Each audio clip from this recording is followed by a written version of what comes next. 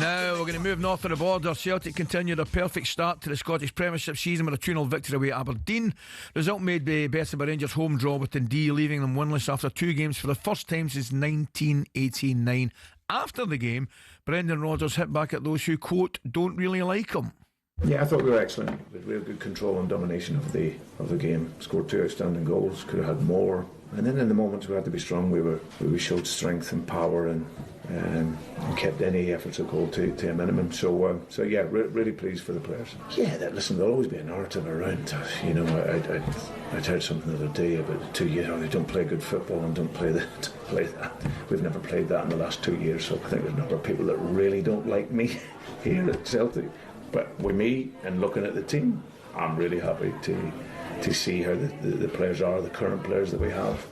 Yep, interesting one. Pleased to see that Johnny is now former Celtic captain and manager Neil Lennon. Lenny, good morning, mate. How are you? Morning, Neil. Morning, McCoist. Morning, Ray. Yeah, good, thanks. Very good. Brilliant. Well, before we move on to all things Celtic, Rangers and all that stuff, good start of the season. Draw at Morton last week. Good victory at the weekend, 2-0. How you feeling about it?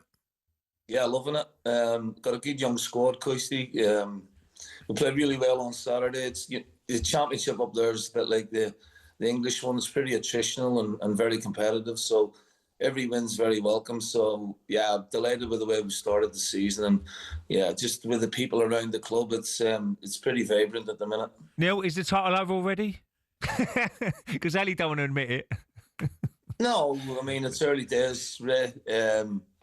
Like with Rangers, you know, they've got to qualify for the Champions League, so they're mitigating circumstances. I always think with this time of year, because you're playing tough European games in the midweek, and then having to play against a team you're really motivated.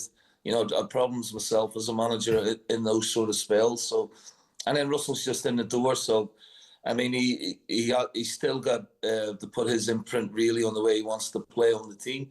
But the bloodlust at the minute up here, it's just ridiculous. It's, you know, we're talking 1 or 2 games and people are questioning his tenure.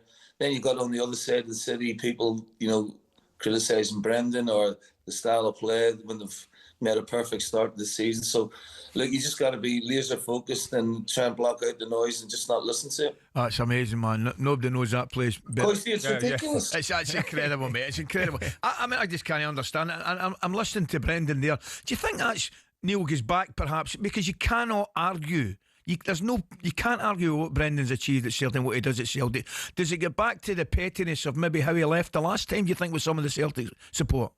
Yeah, I think with some there's still a hangover, and you know, some in their view, you know, can't get over it or can't forgive him for the way he left the first time. But you know, he's come back and you know he's won 2 titles, you know, 4 trophies, and you know he's made sort of the knockout stages of the Champions League. So yeah, I mean, I think the majority of the Celtic fans are delighted to have him in the building. It was a good win yesterday against you know, Podolski's always a difficult place to go, but Celtic, they negotiated the game pretty well. The second goal was outstanding, and I think Celtic will add to the squad. I think they'll try and bring more quality in as they go along. And then Russell's got a few sort of bit of surgery to do on his squad, and then you know in 2 weeks' time there'll be a real acid test when both come together. What do they need, Ali? Rangers, for your point of view? Well, the centre half, I just still think they could do an out-and-out centre forward. I don't know what's going to happen with Dessers, Lenny. You know what it's like. They think they might be selling them. I don't know what they do with Agamani and things like that. Russell will have a fair idea whether who he's going to hang on to and who he can bring in. And I still think there'll be, you know, a bit of activity between now and the end of the window. What do you think? Ali, they've still got a problem, I think. I don't know, with the culture in the dressing room. Yeah. You know, they played great against Blisson the other night, and then they find it difficult to raise their game for the bread and butter games, if you want to call them that. And that was so apparent last year when they had some great victories, and then they couldn't, you know, do the bread and butter games, particularly at home last season. So he needs to address that as quickly as possible and just get more consistency in the results. Listen, mate, I agree with you. I looked at the Motherwell game, who incidentally played well second half, and I watched the highlights of the Dundee game, and I think you're right. You know something?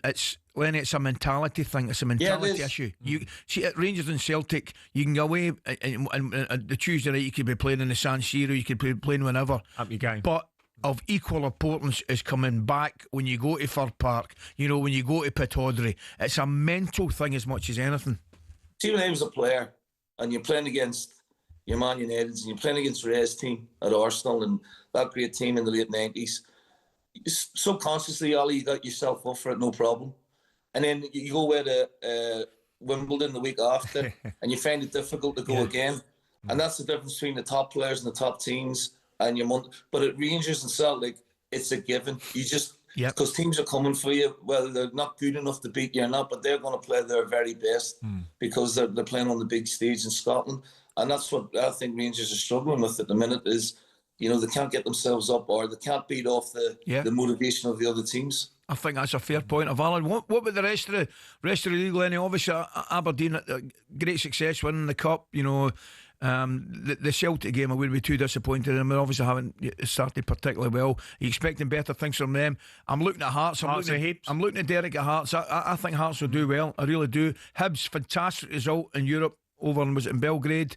2-2 draw. Hope to come on it. What are you expecting from those kind of clubs, Lenny? Well, from Hearts, with no European football, I expect them to be right up there. Yeah. Particularly in the sort of first part of the season.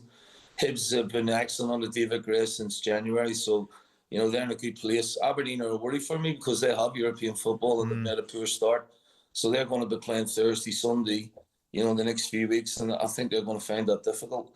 And then I expect, you know, the challenge really to come from, you know, the two Edinburgh clubs at the minute. You know, they've got squad depth, they've had investment, and they've got two managers. Obviously, David Gray's done a great job since he's been at Hibs, but you know, with Derek as well, he knows the Scottish game inside out, and it's you know, he's a top manager. So I expect those two teams to be, you know, in the top 4 or 5 for the majority of the season. I think you're right. What have you got coming up? We've got a free weekend because of the League Cup, and then we've got a derby against Wraith away, which we're looking forward to. So we've got a bounce game sort of organised this week just to keep them ticking over, and then look forward to. We've got really tough run of games coming up. United, Ross County, St Johnstone, so something that we can really get our teeth into. So we're pretty excited about the whole sort of project at the minute, if you want to call it that. And just really enjoying my work at the minute, Coisty, which is a luxury for a coach these days. Hey, long may that continue, the enjoyment side of it. I'm not sure how long it will, but I hope it continues for a while. I've still got my red hair. Next time I'm on, it might be white. Thanks, pal. All the best to you. All the best, Neil. Coisty, Red, good luck. Nice to speak to you. Cheers, mate. Take care. Right, let's look ahead to the next side of the show with benchmarks. talkSPORT Breakfast, waking you up Monday to Friday morning from 6 a.m. on AM, on DAB, via the talkSPORT app and on your smart speaker. talkSPORT.